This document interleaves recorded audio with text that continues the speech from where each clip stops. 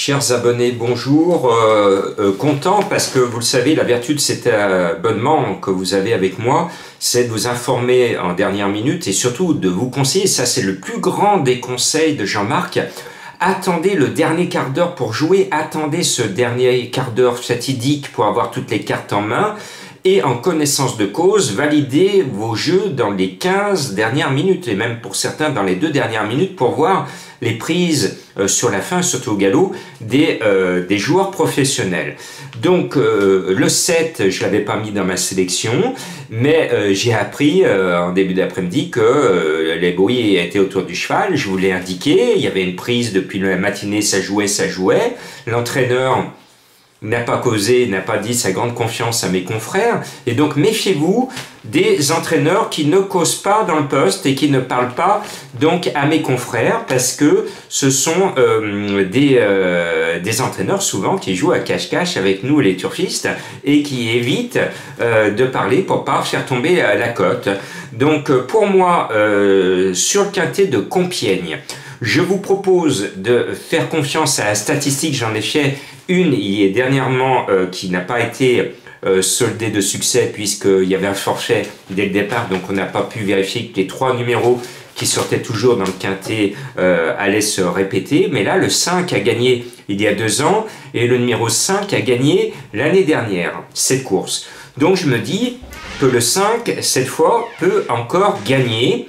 Donc dans ce quintet, j'ai fait le choix prioritaire chez ces 3 ans, c'est un joli lot, de faire confiance aux chevaux qui ont déjà fait l'arrivée de quintet. C'est le cas, notez bien, vous prenez bien un stylo, du 2, du 5, du 6, du 7, du 9, du 10 et du 12, et j'ai pris la décision de mettre tous ces chevaux, ces jeunes poulains qui ont fait la preuve qu'ils ont la pointure d'un quintet, parce qu'avec eux, on n'a pas le moindre doute.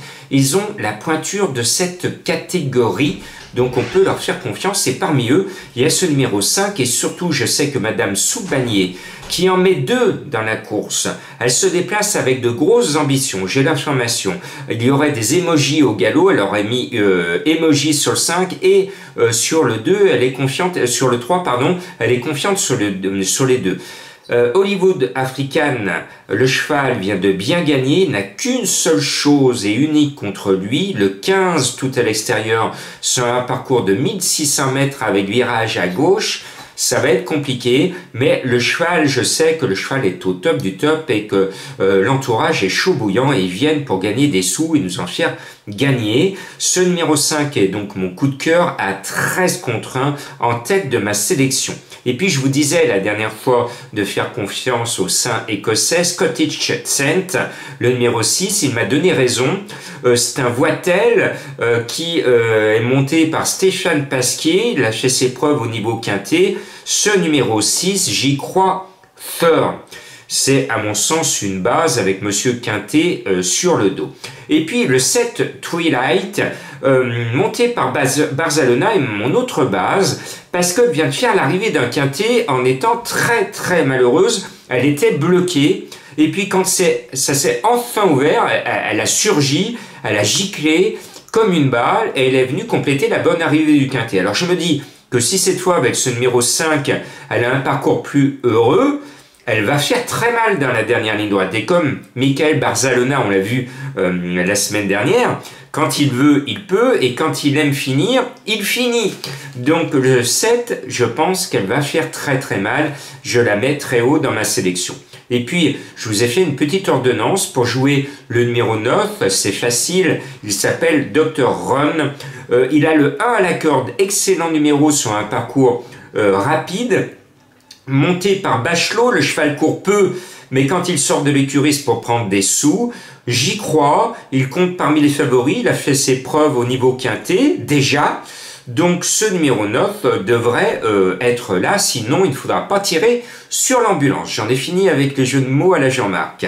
Le numéro 10, Everman, est mon deuxième coup de cœur. Pourquoi? Il était à 15 contre 1, Pourquoi? Parce que je sais qu'Escuder l'estime et qu'il veut gagner un quintet avec lui. Il en a la pointure, c'est pas moi qui le dis, c'est l'entraîneur. Et comme il vient de Marseille pour venir à Compiègne, je me dis qu'il ne vient pas pour rien. Donc ce 10 Everman est mon deuxième coup de cœur, monté par Eddy Ardouin qui était en grande forme dans les quintets en début d'année, qui l'est un peu moins, mais il peut se rappeler notre bon souvenir. Le cheval a tiré le 3 et l'entraîneur donc est confiant. Le cheval a montré sa valeur quintet. Je le joue, je le mets dans mon ticket de 5. Le 12, Best 16, eh bien, ce n'est pas une chapelle, mais c'est un cheval qui a montré d'ores et déjà, malgré son jeune âge, la pointure quintée. Il est le mieux placé des chevaux qui sont arrivés dans les quintets au poids.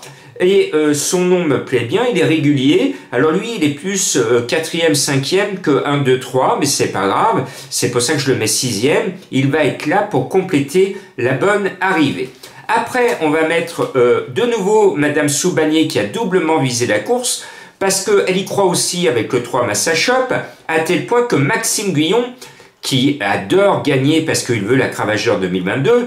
Donc, excusez-moi, mais Maxime, quand elle l'a eu au bout du fil ou sur la piste en disant pour mercredi, tu montes un cheval, Maxime lui dit oui. Et Maxime, je pense, il lui dit avec son agent, tu me donnes ta meilleure chance. Donc, il se pourrait que Massa Shop précède mon coup de cœur. Bon, il a 9 contre 1, je trouvais plus sympathique de mettre le 5 devant le 3, mais il n'y aurait aucune surprise que Maxime Guyon gagne la course pour Madame Soubanier, puisqu'elle veut gagner la course avec l'un ou l'autre. Vous voilà prévenu. À vous de choisir maintenant le jockey. Moi, j'ai préféré Demuro, qui aime bien, qui a une certaine réussite dans les quintets depuis pas mal d'années grâce à un certain David Smaga. À vous de choisir. Et puis je termine, j'ai hésité parce que le cheval de Madame Colombo, Joli Coup, me plaît bien.